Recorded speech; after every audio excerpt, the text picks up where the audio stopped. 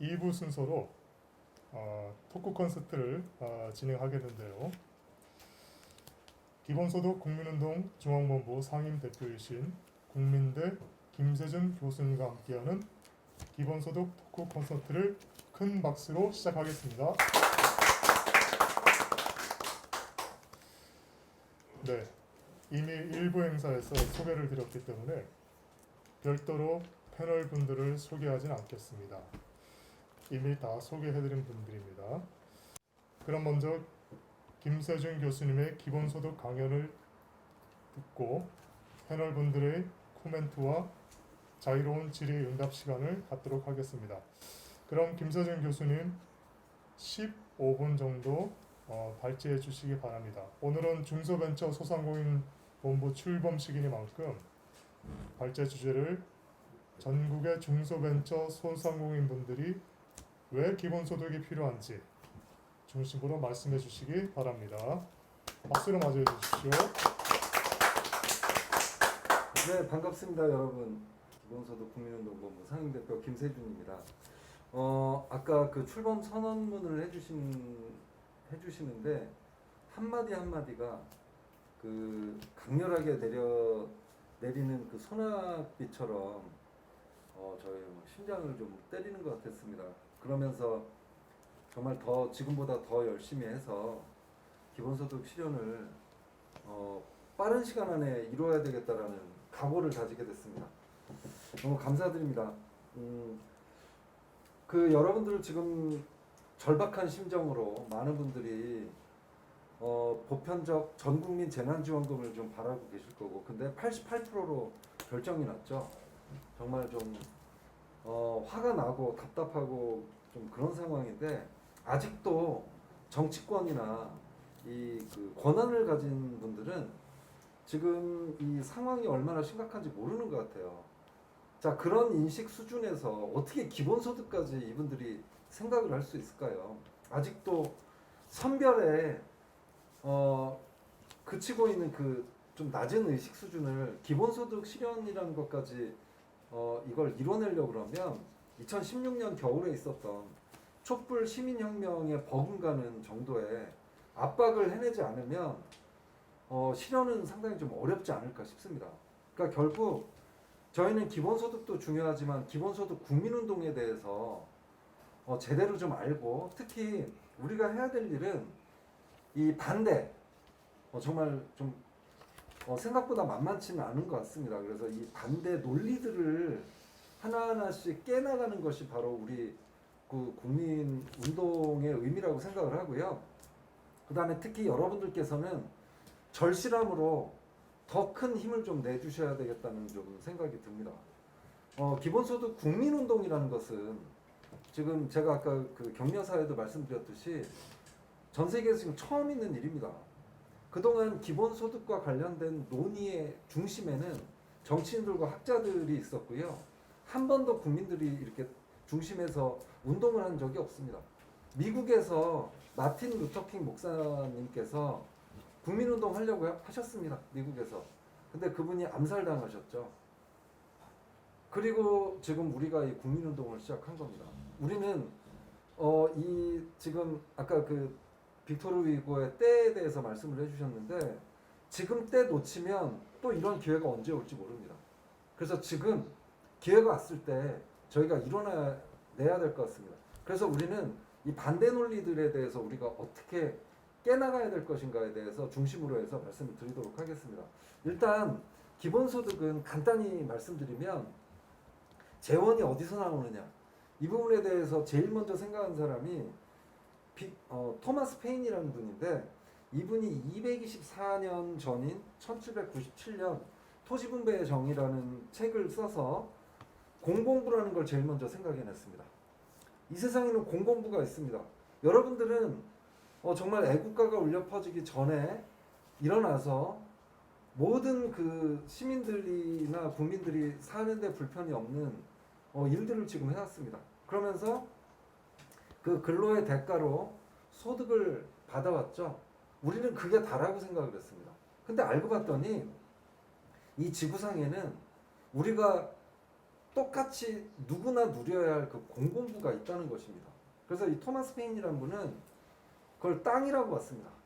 땅을 가꿔서 나오는 농작물은 그 가꾼 사람이 가져가야 되겠지만 토지는 그 누구의 것도 아니다. 이거를 균등하게 나눠서 배당금으로 나눠줘야 된다. 이렇게 책에 썼습니다. 그런데 이 좀 어떻게 보면 급진적이고 엉뚱하고 사람들이 그랬어요. 엉뚱하다, 말도 안 된다 그랬던 이 생각이 하나의 씨앗이 돼서 지금 2021년 7월 24일 오늘 이 자리까지 지금 와 있습니다. 안 없어졌어요. 없어졌을 수도 있습니다. 자, 이 씨앗새 같은 이 생각을 학자들과 정치인들이 계속해서 논의하고 실험하고 이런 과정을 통해서 고전적인 의미의 기본소득이 만들어졌습니다. 보편성이 제일 핵심이죠. 뭐 정기성, 현금성, 뭐 이런 것들이 있는데, 자, 그런데 이 이후에 지금 이게 10 몇 년 전에 대한민국까지 들어왔습니다. 저 고전적인 의미의 기본소득. 그런데 지금 대한민국에서 가장 활발하게 창의적인 변형이 이루어지고 있습니다. 이건 누가 하느냐? 리더도 하지만 국민 여러분들께서 계속해서 의견을 주시고 이랬기 때문에 가능한 일입니다. 그래서 뭐 보편적으로 가장 급한 청년들한테 먼저 주자, 아니면 진짜 중소상공인들한테 먼저 주자, 이런 범주형 기본소득이라는 아이디어도 지금 대한민국에서 제일 활발하게 나오고 있고, 특히 1차 전국민 재난지원금이 뭡니까? 그 누구도 기본소득을 연구하는 사람들이 단 한 번도 생각해내지 못한 정말 창의적인 작품, 소멸성 지역화폐. 이 소멸성 지역화폐는 소상공인들을 살리는 정말 위대한 그 창의성 있는 작품이었습니다. 이것도 대한민국에서 지금 최초로 실행이 됐던 일들입니다. 이게 다 우리가 앞으로 해 나가야 할 방향이라고 생각합니다. 즉 고전적인 의미의 기본소득 정의를 넘어서는 것, 그리고 대한민국에 맞는 그런 기본소득의 어떤 모델을 만들어 나가는 것이 바로 우리의 과제라고 생각됩니다. 자, 이렇게 해서 왔는데 지금 대선에 나오신 분, 많은 그 유력한 정치인분들이 대부분 부정적이세요. 특히 여권에 계신 분들이 이재명 경기도지사 이외에는 다 부정적이십니다. 그리고 정강정책 1호로 내세운, 기본소득을 1호로 내세운 국민의힘, 그리고 그 이준석 대표도 기본소득이 중요하다고 얘기를 하지만 지금 다 기본소득을 좀 부정하고 있습니다. 그래서 우리가 지금 이 절박한 이 상황에서 기본소득 실현이 지금까지도 이루어지지 않고 있습니다. 그러면 그 사람들이 하는 얘기는 뭐냐? 기본소득은 동화책에서나 일어나는 일이다. 이런 얘기들을 좀 많이 했죠. 근데 현실에서 지금 일어나고 있습니다. 알래스카는 석유를 공공부라고 인식을 했습니다. 그래서 이걸 재원으로 해서 연 1,000불에서 2,000불 실제로 나누고 있고요. 그다음 그 공격이 뭐였냐면 알래스카는 석유가 있어서 가능하다. 물론 우리도 벤처 뭐 아니면 중소기업 아니면 소상공인 이런 분들에게 기본소득 실현하고 싶어. 근데 우리는 석유가 없지 않느냐 그런 말씀들을 많이 하시거든요. 알래스카에서 석유가 있어서 가능했다는 게 중요한 게 아니라 알래스카에 나온 석유를 공공부라고 인식한 그 리더와 구성원들의 마인드가 더 중요한 거죠. 알래스카는 석유를 그냥 일반 석유 회사에 팔았을 수도 있습니다. 그래서 그냥 소수만 누리는 그런 하나의 재원이 될 수도 있었겠죠. 그렇지만 알래스카 사람들은 석유를 공공부라고 본 거예요. 그러면 공공부가 석유만 있는 것이냐? 그렇지가 않습니다. 우리나라 보령에 가보면, 충남 보령에 가보면 장고도하고 삽시도에서 이미 어족 자원을 공공부라고 인식을 해서 공동으로 채취하고 공동으로 나누고 있습니다. 그래서 그 2019년에 해삼과 그다음에 뭐 전복 등을 채취를 해서 1인당 1,300만 원씩. 게다가 일을 하실 수 없는 분들에게도 똑같이 기본소득으로 나눠드렸습니다. 물론 그분들이 기본소득이라는 어휘를 쓰셨는지 안 쓰셨는지는 모르겠지만 이런 식으로 우리나라는 이미 기본소득 실험을 국민들이 나서서 이렇게 좀 해오고 있었습니다. 그러면 또 무슨 얘기를 하냐면 어제 그 국민의힘의 새로운 또 대선 후보자죠. 플랜 B라고 하던데 최재형 감사원 전 감사원장이 외식 수당밖에 안 된다. 그렇게 얘기를 했죠. 저는 외식 수당도 의미가 있다고 봅니다. 지금 당장 소상공인 자영업자 이런 분들 우리가 외식이라도 해서 좀 가서 매상도 좀 올려드리고 그래야 되지 않겠습니까? 게다가 1차 전국민 재난지원금이 주어졌을 때 우리나라 국민들이 얼마나 대단한 분들이냐면요. 10만 원 받고 18만 원 쓰셨습니다. 그래서 그 중소상공인 분들이 숨통을 트고 경제가 선순환되고 이랬던 것을 왜 외식 수당밖에 안 된다고. 이거는 좋습니다. 외식 수당이라고 정도라고 본다고 하더라도 밖에가 아니라 외식 수당으로 인해서 경제를 살리는 어마어마한 도구라고 좀 말씀해 주셨으면 좋겠습니다. 게다가 지금 화면에서 보시듯이 많은 그 라이더 분들이 계십니다. 중산층이셨던 분들이 지금 라이더를 하고 계십니다. 중산층은 어떤 분들이죠? 우리나라 세금을 상당 부분 많이 내서 복지 재원으로 사용될 수 있도록 헌신하신 분들이고, 이 대한민국이 지금 G7에 해당되는 이런 경제 발전을 이룰 수 있는데 가장 큰 역할을 하신 분들이시죠.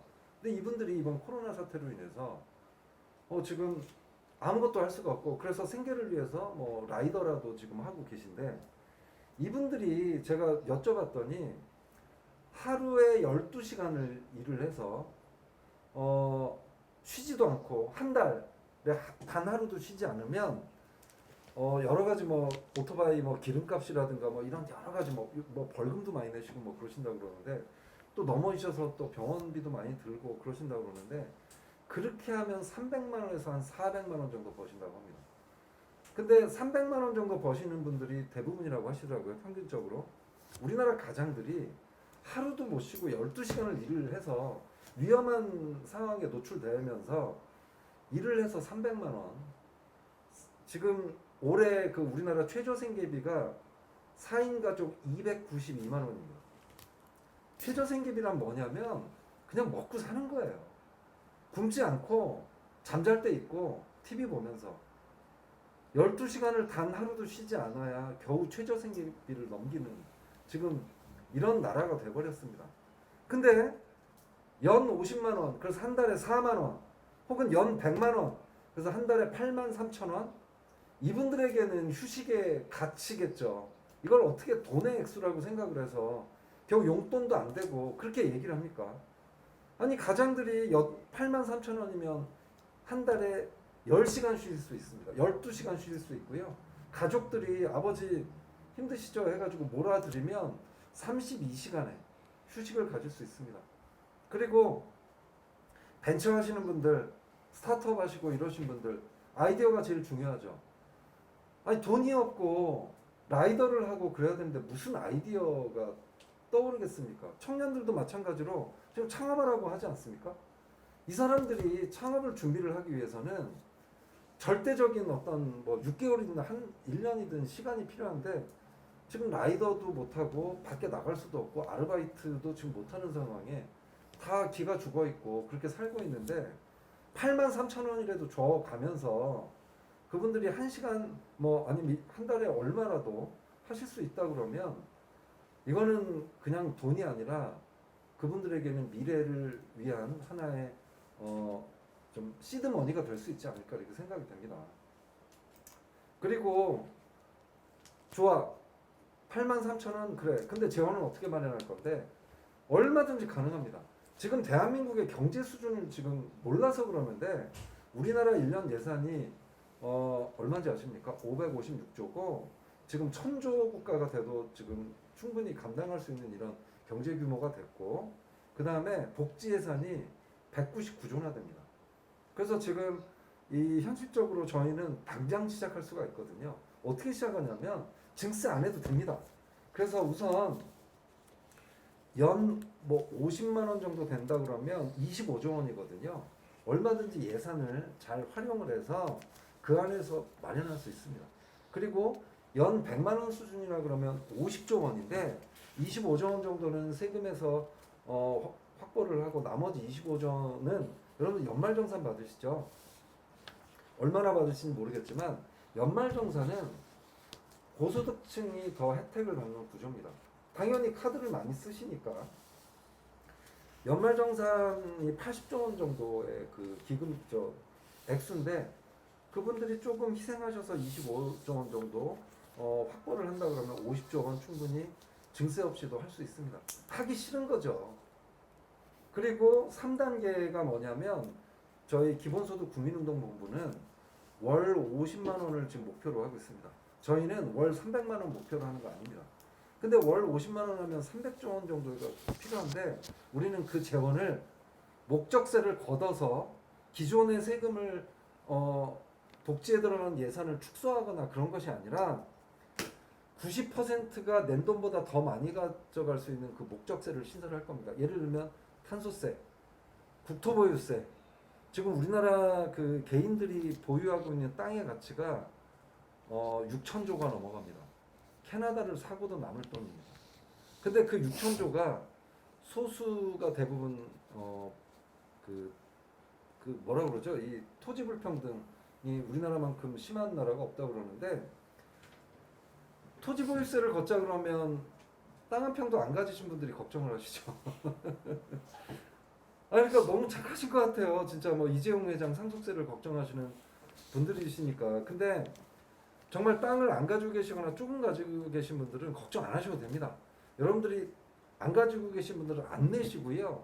내신 분들은 더 많이 받습니다. 그래서 90%가 더 받아갈 수 있도록 충분히 설계가 가능합니다. 우리는 이런 목적세 신설을 지금 목표로 두어서 300조 저희는 확보하려고 하고 있습니다. 자, 여기 지금 화면을 좀 봐주셨으면 좋겠습니다. 이게 뭐냐면 육지의 모든 빙하 다 녹으면 서울이 이렇게 다 잠긴다고 하네요. 이 파란색이 잠기는. 지금 우리는 다 살 수가 없습니다. 아마 여기도 지금 잠길 거예요. 충정로 한번 볼까요? 네, 충정로도 지금 잠기게 돼 있네요. 사무실 빨리 옮기셔야 될 것 같습니다. 자, 그런데 이게 다 무엇 때문에 그럴까요? 인류가 탄소를 너무 많이 쓰다 보니까 지금 아주 심각한 상태입니다. 근데 중요한 건 뭐냐면 EU와 미국 이런 나라들이 2023년 지금 1년 반도 안 남았습니다. 탄소를 사용해서 만든 제품에 탄소 국경세를 매긴다고 합니다. 그러니까 이거 다 탄소 써서 만든 거거든요. 이게 미국이나 EU를 넘어갈 때 여기 세금이 더 붙습니다. 그러면 이 제품의 가격은 상당히 높아질 거예요. 그런데 만약에 우리나라가 탄소를 사용하지 않고 수출을 하지 않아도 먹고 사는 내수형 경제다. 그럼 상관없습니다. 이 사람들이 뭐 탄소 국경세를 매기든 말든 우리는 아무 타격이 없겠죠. 그렇지만 우리나라는 지금 주요 국가 GDP 대비 제조업 비중이 27.8%로 OECD 중에 제일 높습니다. 이 27.8%가 타격을 받을 것입니다. 2023년부터. 이번에 코로나에서 제조업이 상당히 많은 역할들을 해줬죠. 제조업 없었으면 우리나라 이 지금 경제 성장률은 안 나왔을 것입니다. 근데 2023년부터 분명히 타격을 받을 것입니다. 게다가 우리나라는 일본은 지금 10% 초반대 그 수출을 해서 먹고 살고 나머지는 다 내수고 GDP 대비 수출 비중이 전 세계적으로 보면 한 25% 정도 되는데 우리나라는 40%입니다. 제조업 위주의 수출 국가입니다. 그래서 2023년부터 타격을 받을 수밖에 없습니다. 그럼 우리 어떻게 해야 될까요? 그래서 지금 프랑스하고 스위스에서 탄소세를 매기기 시작을 했습니다. 국민들한테. 근데 프랑스는 그냥 걷고 돌려주는 게 없었습니다. 그러니까 국민들이 노란 조끼 입고 다 때려 부수고 막 태우고 하는 거 뉴스에서 보셨을 거예요. 저항이 거세죠. 지금보다 세금을 더 걷어가니까. 근데 스위스는 기본소득형 탄소세에서 탄소세를 걷고 그걸 재원으로 해서 90%를 더 돌려받도록 설계를 해서 지금 기본소득으로 돌려주고 있습니다. 그 저항이 전혀 없습니다. 그래서 최근 8배까지 올렸습니다. 그러면서 탄소를 줄이고 있습니다. 우리나라도 기본소득당이 생겨서 용해인 의원이 톤당 8만 원 매겨서 그 재원으로 한 30조 원 정도 만들어서 기본소득 나눠주자. 지금 뭐 이런 현실적인 얘기가 지금 나오고 있습니다. 바로 이런 것입니다. 이런 것들이 기본소득의 재원이 될 것이고요. 자, 이제 또 대선에 나오신 분들이 복지를 강화하자. 그래서 선별 복지를 말씀하시는 게 그거죠. 이번에 코로나로 타격을 많이 받으신 뭐 소상공인들이나 이분들한테 두텁게 더 주자. 두텁게 더 주자는 게 5만 원 아닌가요? 보편적으로 주면 20만 원이고 선별적으로 주면 25만 원이라고 그러는데 도대체 그 5만 원을 용돈 수준이라고 하는 사람들이 이걸 어떻게 두텁게라고 얘기를 하는지 모르겠고 또 하나 그러면 그 복지를 강화를 하면서 나오는 그 세금 제원 그걸 어떻게 해야 될지에 대한 얘기들은 없습니다. 자, 지금까지 복지 예산 누가 됐습니까? 이런 자영업 하시고 벤처 하시고 이런 기업 하시는 분들이 세금으로 낸 거예요. 자, 그런데 문제는 우리나라가 지금 복지 예산이 556조 중에 119조 원이라고 말씀드렸잖아요. 예산의 35.8%입니다. 상당히 좀 높은 수준이라고 느껴지시죠? 근데 연초에 그러니까 작년에 비해서 또 38%를 늘렸습니다. 복지 예산을. 근데 연초에 조중동에서 뭐라고 그랬습니까? 퍼주기다. 너무 높다. 그러면서 이 사람들은 또 무슨 얘기를 하냐면 스웨덴 따라가재요. 스웨덴은 우리나라에 비해서 훨씬 더 복지 그 수준이 높죠. 우리나라는 OECD 수준으로 봤을 때 약 60% 정도밖에 안 되는 복지 후진국입니다. 그러면 OECD 평균 정도 가려고 그러면 199조 원 정도의 세금을 늘려야 됩니다. 근데 이 돈은 걷어가기만 하고 소수한테만 혜택을 주는 그런 예산이 되겠죠. 그래서 우리는 기존의 이런 복지를 일단은 그대로 두고 탄소세라든가 이런 토지보유세를 걷어서 기본소득으로 나눠주자는 거죠. 그리고 지금 계속해서 이런 그 사각지대가 발생을 하고 있습니다. 얼마 전에 가양동에서 돌아가신 가족 있죠? 제가 오늘 오면서 그 뉴스 기사를 봤는데 주인한테 월세 10만 원 깎아달라고 했답니다. 그런데 그거를 아마 깎지 못해서 일가족이 다 그냥 안타까운 선택을 하신 것 같은데 용돈 수준이라면서요. 10만 원이. 근데 이런 분들한테는 복지 혜택도 받지 못하는 사각지대에 계신 분들한테는 4만 원이든 10만 원이든 목숨을 한 가족의 목숨을 살릴 수 있는 그런 돈이었습니다. 알고 보면 신문기사에 나오는 많은 사건들이 기본소득만 주어졌다고 하더라도 벌어지지 않았을 일들이 너무나 많습니다. 그래서 좀 안타깝습니다. 그리고 캐나다 어떤 나라냐면 우리나라보다 복지 수준이 2배가 높은 나라인데 그 나라도 그동안 빈곤 문제를 해결하지 못하고 있다가 캐나다 어떤 나라죠?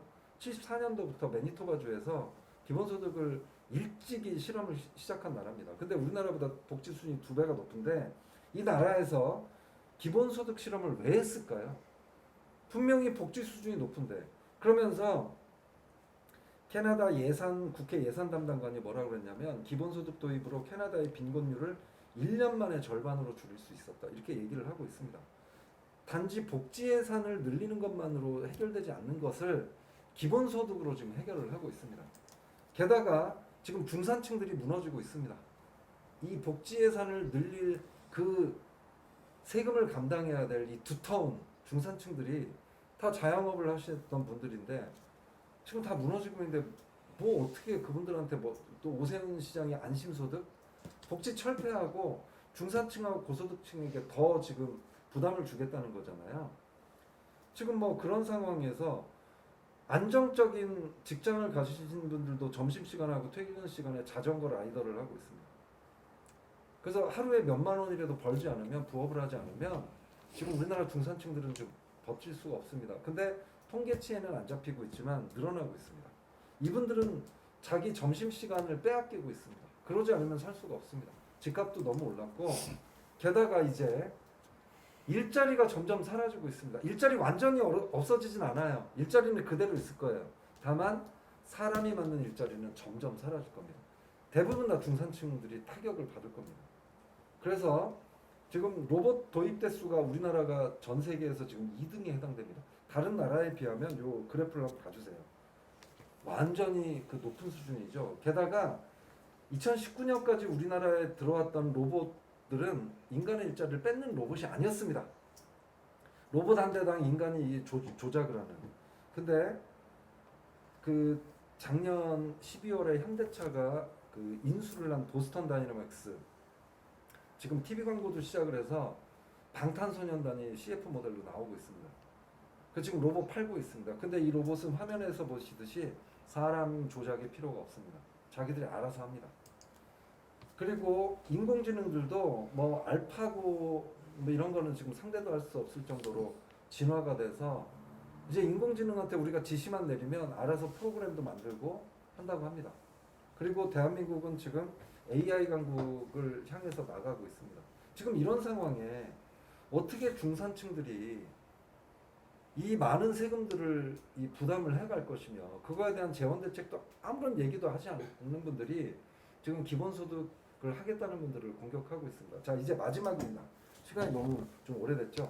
시간이 좀 오래되면 옆에서 물총도 쏘시고 그러시는데 물총을 안 쏘셔서 이제 3분 남았습니다. 자, 그러면 오늘 우리가 토해냈듯이 정말 절규를 했듯이 대한민국에서 당장 실현될 수 있을까? 그 부분에 대해서 좀 말씀드리겠습니다. 공공부조 사회보험 지금 국가적으로 전 세계에서 실현되고 있습니다. 기본소득 아직 실험 중입니다. 공공부조 사회보험 기본소득 똑같은 패턴대로 진행되어 왔습니다. 빈곤이 발생하고 학자가 해결하는 책을 쓰고 그 학자는 암살당하거나 투옥당하거나 도망다니고 그랬다가 어떤 뜻 있는 리더가 실험을 하고 그리고 국가에서 실현됐습니다. 공공부조 70년 걸렸고 사회보험 100년 됐습니다. 근데 그걸 제일 먼저 도입한 나라는 영국, 프랑스, 독일입니다. 강대국들이죠. 새로운 걸 도입하고 강대국이 됐습니다. 대한민국 어떻게 될까요? 지금 224년째인데요. 될까요? 누구한테 달렸습니까? 우리한테 달렸습니다. 지금 대한민국처럼 기본소득이 전 세계에서 처음으로 실현될 수 있는 환경을 갖춘 나라는 없습니다. 저희한테는 기본소득 국민운동본부가 있습니다. 그리고 이번에 대선에서 기본소득이 대선 공약으로 처음으로 역사상 처음으로 등장을 한 나라입니다. 게다가 아까 그 말씀을 하셨듯이 제1차 전국민 재난지원금을 통해서 국민들이 이제 보편지원금의 맛을 봤습니다. 이런 나라에서 실현되지 않는다 그러면 또 하나 그 누구도 실현하지 않았던 지역화폐, 소멸성 지역화폐를 우리는 실현해봤던 나라입니다. 이런 나라라면 제일 먼저 이제 선도해가는 4차 산업혁명 시대와 이런 환경 변화, 그 다음에 새로운 이 전염병, 2년 이상 가는 이런 전염병 속이 일어나서 많은 사람들이 힘들어지고 있는 이 상황 속에서 우리가 제일 먼저 도입을 해서 다른 나라에게 모델이 되는 그런 나라가 되기를 간절히 바랍니다. 그러기 위해서는 여러분들의 적극적인 헌신과 참여가 필요합니다. 마치겠습니다.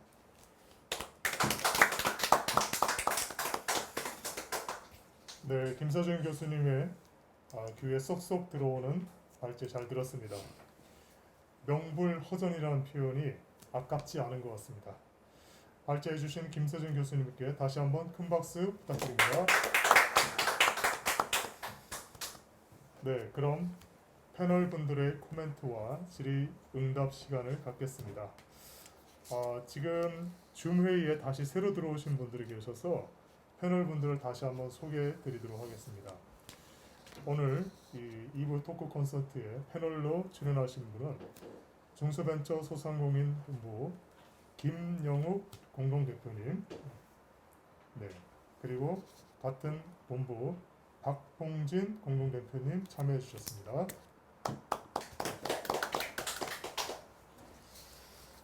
먼저 3분 내로 김 교수님 발제에 대한 코멘트와 질문하고 싶은 내용을 한 분씩 돌아가면서 말씀해 주시고 패널 분들의 발언이 모두 끝나면 김 교수님이 취합해서 답변을 해주시기 바랍니다. 기본소득에 대해서 사실은 그 많은 국민들이 잘 이해를 못하는 부분이 참 많은 것 같아요. 기업을 하는 저 입장에서도 이 세금을 낭비한다라는 그런 생각으로 또 받아들인 사람들이 참 많더라고요. 그러려면 세금을 왜 걷느냐? 세금을 줄여주면 되지. 이런 이중적인 그 논조가 있는데 오늘 교수님 의견을 좀 들어보고는 많이 참고가 됐습니다. 그래서 저는 이제 벤처기업을 운영을 하는 입장이다 보니까 말 그대로 성공한 벤처들 때문에 우리나라가 많은 일자리 창출도 되고 뭐 이렇게 얘기를 하지만 역으로 봤을 때는 그 많은 벤처 스타트업들이 희생을 해서 사실은 고용도 유지도 되고 또 그 다음에 이제 4차 산업으로 진입도 되고 이렇게 이제 기술도 발전되고 이렇게 진행이 돼가지고 결국은 우리가 IT 강국 전 세계적인 그런 국가로 지금 선진국으로 진입을 했단 말입니다. 그렇게 했을 경우에는 누군가가 혜택을 받으면 어디선가는 그만큼 불이익을 그 다음에 불공정이 존재한다는 걸 우리는 알아야 되고 최근에 그 검찰 개혁을 하면서 많이 느꼈지 않습니까? 정말 기득권 세력들이 쥐고 있는 거를 내려놓지 않으려고 하는 그런 모습을 보면서 그런 불공정이 없어지려고 그러면 일단은 지금 운영되고 있는 사회 구조 그 다음에 경제 그 시스템부터 좀 손을 봐야 된다. 예전부터 기득권을 가진 사람들은 사실은 돈벌이가 좋은데 왜 이거를 관시가 돼 있으면 돈벌이가 좋은데 이걸 내려놓으려고 하겠습니까? 그래서 대부분의 이 정치를 움직이는 기득권에서 논리들이 결국은 선별적으로 가자 그런 논리를 이제 주장하는 거예요. 그럼 말은 되는 것 같거든요. 그렇지만 민주주의는 그 국민이 주인이기 때문에 국민 다수가 혜택을 받는 그런 기본소득이 가면 이제 중소기업이나 벤처기업들이 어려운 사람들이 근데 나는 좀 돌아가 그런 사람들은 또 그 재원을 동생들 학교로 낼 수도 있고 부모님 용돈도 드릴 수 있고 이제 그런 생각까지도 좀 해야 되는데 좀 못하는 것 같다는 생각이 좀 들었습니다. 예.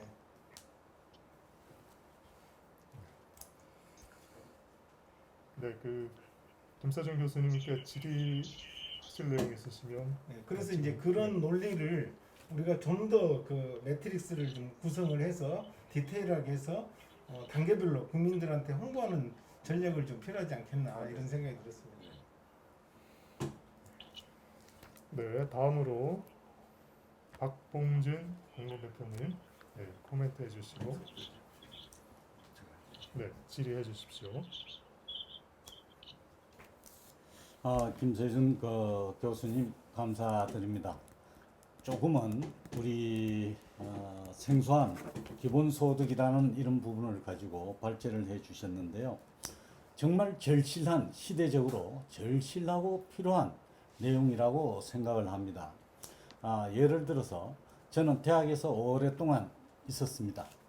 있으면 산학협력처의 모든 교수님들, 연구자들을 모시고 또한 벤처 기업을 만들어도 보고 또 폐쇄도 시켜보는 과정에서 정말 성공 확률이 몇 프로 되느냐 그것을 봤을 때 아까 통계에서 본 것과 같이 30%의 성공 확률 그것도 아주 많이 잡아줘서 30%입니다.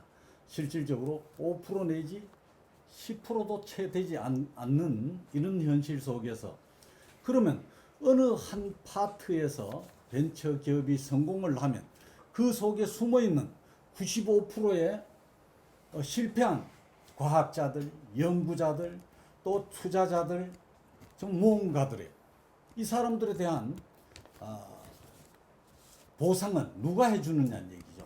95%의 실패를 통해서 5%의 성공이 나오고 결과적으로 그 5%가 대한민국을 지금의 선진국으로 발돋움하도록 만들어줬다고 저는 이렇게 생각합니다. 그래서 국가란 무엇인가? 또 정치인들, 그러니까 국가 예산을 움직이고 법을 만드는 사람들이 해야 될 역할은 성공한 5%를 위해서 있는 것이 아니라 실패한 95%의 과학자와 실험가, 벤처 창업자 이런 분들의 기본적인 인간적으로 살 수 있는 기본 소득을 마련해 준다면 우리 대한민국의 과학자들이 앞으로도 더 많이 발생될 거고 실패를 두려워하지 않는 이런 사회가 되지 않을까 이런 생각을 해봅니다. 그러면서 한편으로는 참 우려 섞인 이런 부분이 있습니다. 이거는 오늘 우리 기본소득 국민운동본부가 참 중요한 역할을 하지만 이걸 실행하기 위해서는 부딪히는 부분이 정부, 좌파, 또 공산주의, 사회주의, 뭐 나눠먹기 여러 가지 이런 구시대적인 발상에 지금 현재 야당이라기는 한나라당이라든지 그 뭐 여러 가지 이런 이제 분들의 이 반발이 엄청나게 심할 것이고, 또한 이 기본소득이라는 거 또 나눠 가지고 공평하게 불합리한 부분을 해결하자는 부분에 대해서 반대를 하는 부분이 이제 연령대가 높은 분들, 또한 여기에 대한 깊숙한 사고를 하지 않는 우리 사회 시민들이 많다. 그래서 저는 교수님께 한 가지 더 질문 겸 부탁을 하자면, 이분들을 어떻게 설득할 것이며, 또한 이걸 공약으로 나서는 내세워서 이 정치의 리더가 되겠다는 이런 분들에 대해서 우리가 어떻게 해야 되는지, 그분들은 또 그걸 반대하는, 기본소득을 반대하는 분을 설득할 수 있는 자료를 우리 기본소득 국민운동본부가 제시해야 되는데 어떻게 제시할 것인지 부탁을 드리겠습니다. 네, 박봉진 홍대표님, 네, 아주 날카로운 질문과 더불어서 네, 중소 벤처 기업인들의 그 심정을, 특히 95% 실패한 분들의 심정을 참 잘 대변해 주셨다고 생각합니다.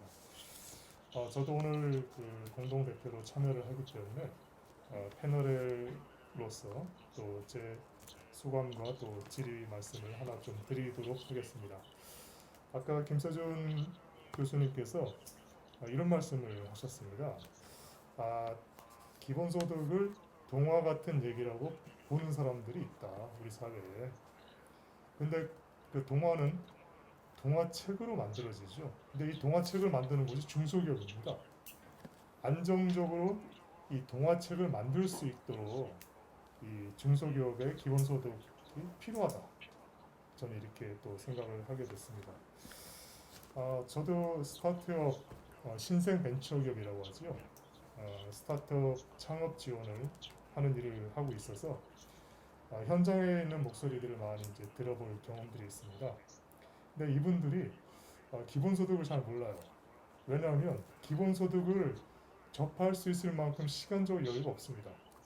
정말 하루에 잠자는 시간을 제외하고는 모든 시간을 개발과 연구, 또 이 투자 유치를 위해서 시간을 쓰기 때문에 기본소득을 별로 접할 수 있는 기회가 없습니다.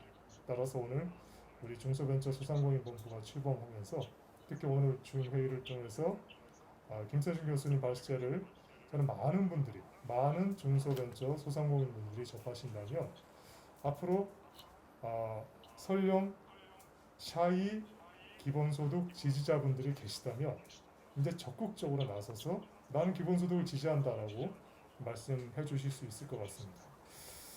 한 가지 저도 이제 질문을 드리고 싶은데요.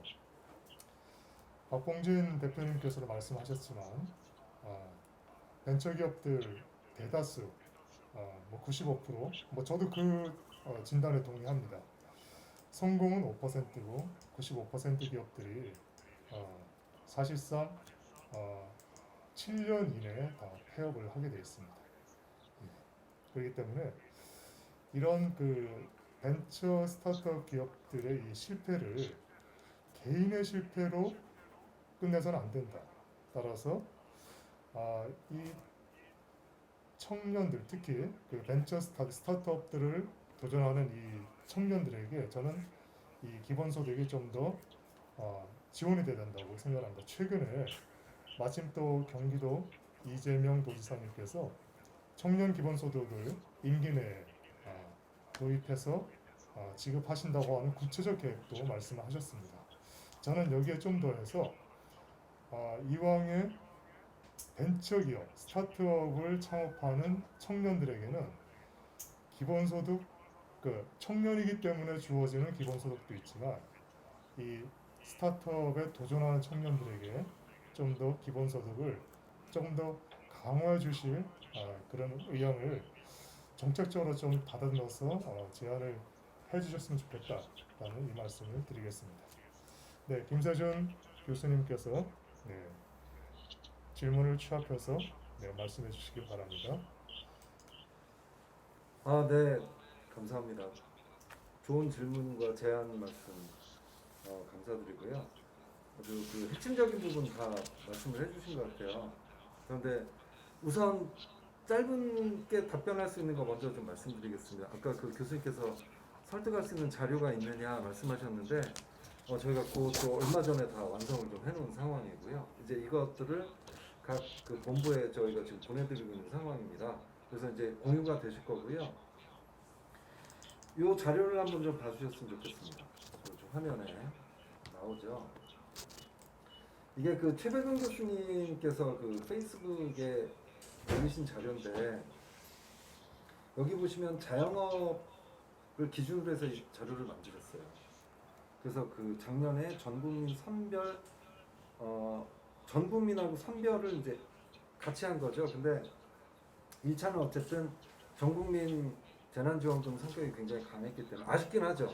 가구당으로 주어졌기 때문에 1인당 주어졌어야 되는데 이때 재난지원금 예산이 14.3조였는데 소득 증가율을 보시면 선별 그 지급이 됐던 때보다 액수는 적었지만 소득 증가율이나 자영업 가구당 평균 소득 증가율 면에서 상당히 좀 월등했다고 좀 보실 수가 있습니다.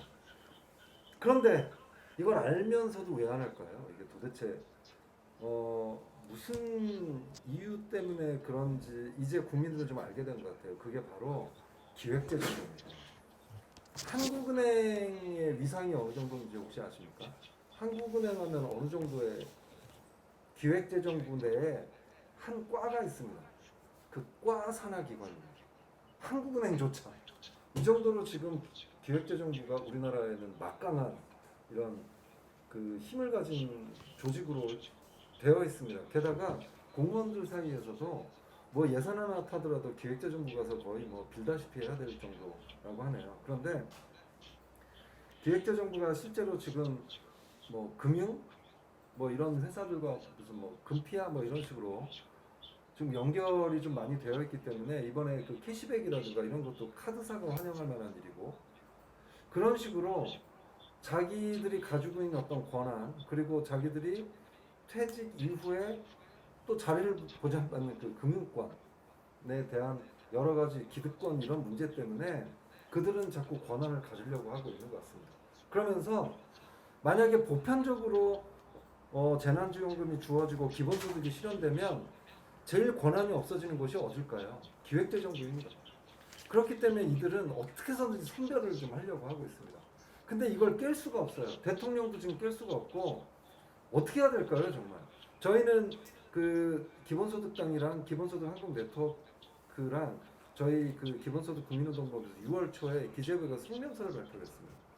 빨리 합시다. 이제 제2차 전국민 재난지원금을 하자. 근데 너무나 막강한 벽을 느끼고 왔고 대통령, 국민, 그 다음에 여야 대표가 합의해서 전국민 하자. 이런 것도 지금 홍남기 그 장관이 사직서를 내겠다면서 지금 버티고 있는 이런 상황. 결국 방법은 둘 중에 하나밖에 없을 것 같습니다. 하나는 정말 막강한 권한을 가진 사람이 기획재정부에 대한 뭔가 지금 개혁을 하지 않으면 지금 굉장히 좀 힘든 상황인 것 같고요. 어제 그 경기도지사께서 되게 재밌는 말씀을 하셨더라고요. 기획재정부가 경기도 산하 기관이었으면 홍남기 씨는 벌써 잘렸을 것이다라고 할 정도로 그런 좀 의지가 있는 분이 이 기획재정부에 대해서 좀 이 칼자루를 좀 휘둘러야 될 필요가 있다고 생각해요. 그건 저희 권한 받기죠. 그 다음에 두 번째는 이게 안 이루어진다. 그럼 저희 다시 촛불혁명 같은 거 해야 됩니다. 방법이 없습니다. 지금 단순히 설득하고 이럴 정도의 그런 정도로 끝날 건 아닌 것 같고요.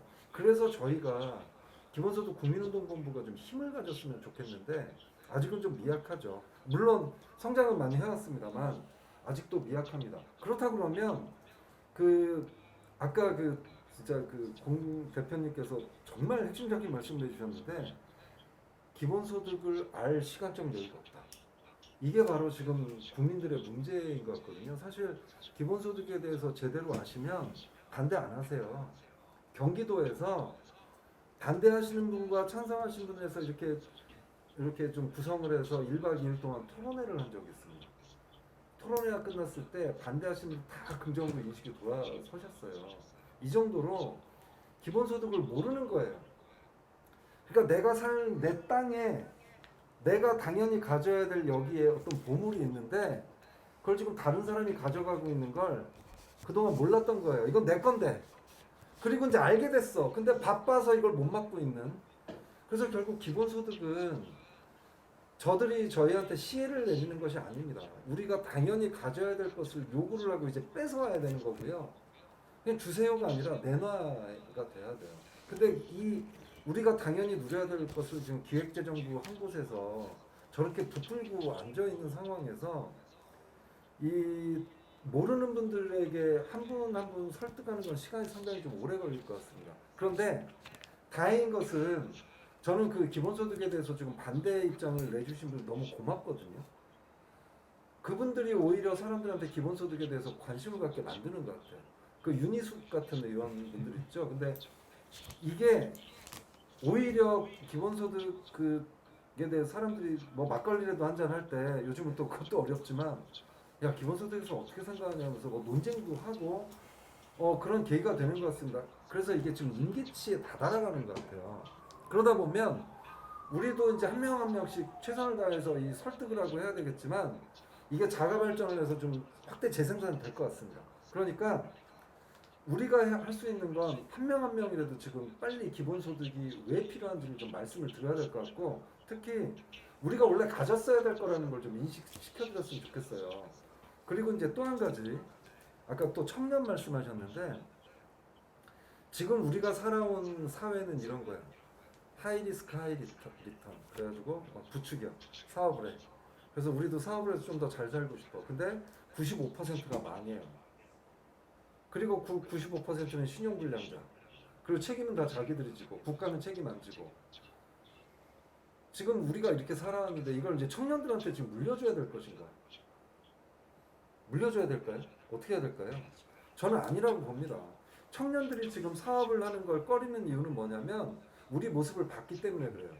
우리도 도전을 해서 뭐 하고 싶은데 95%는 망하고 95%는 신용불량자가 되고 재기할 수 없고 청년들이 무슨 비전을 느껴서 사업을 하겠습니까? 그래서 이제는 앞으로 청년들이 우리를 먹여 살려야 되는데 요즘 청년들 굉장히 똑똑합니다.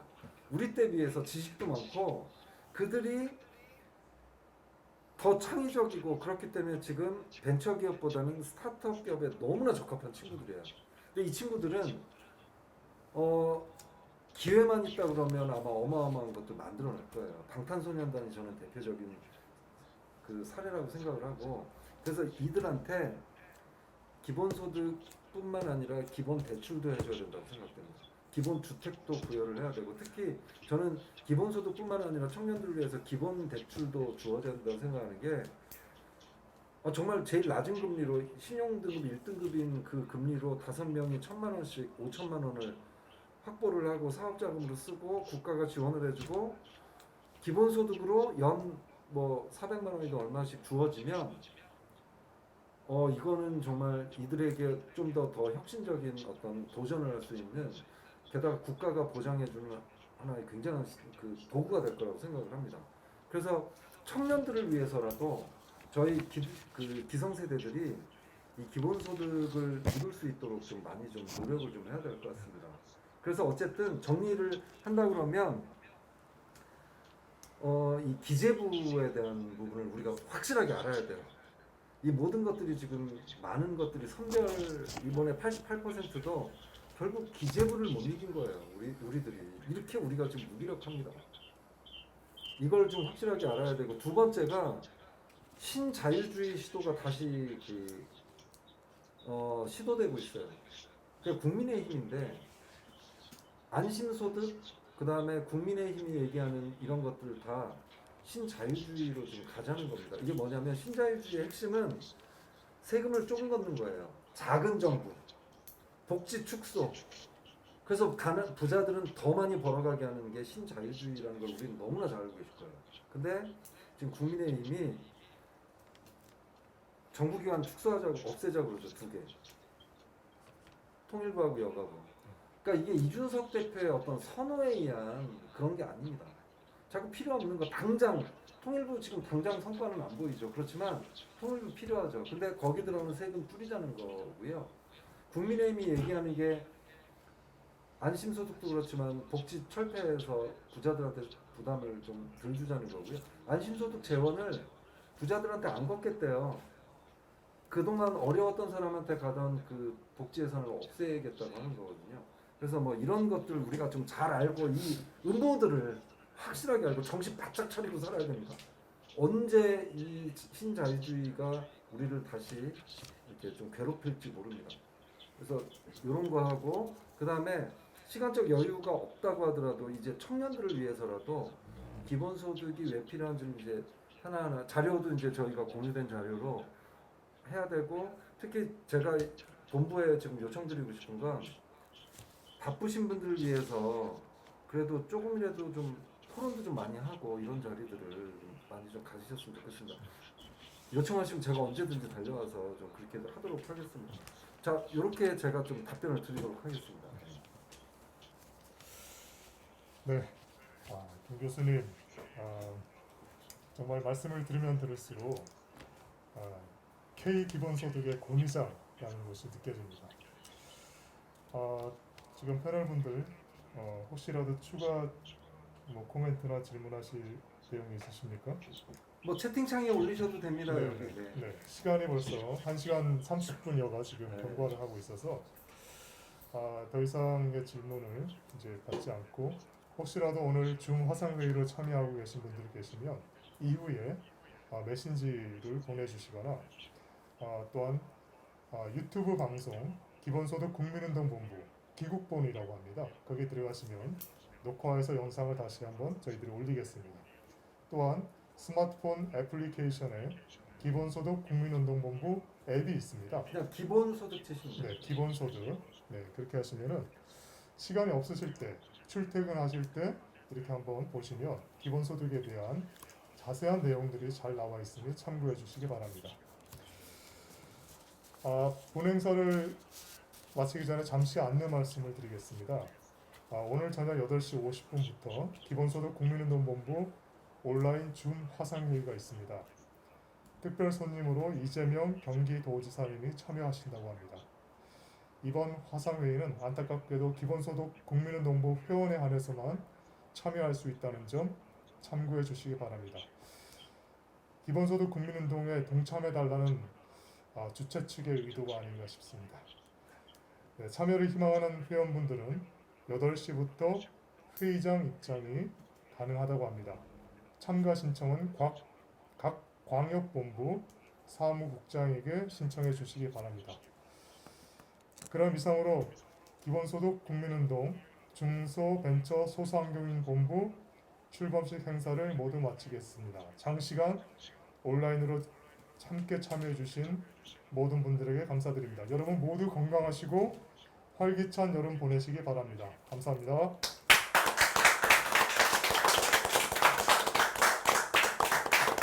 수고하셨습니다. 수고하셨습니다. 네, 수고하셨습니다.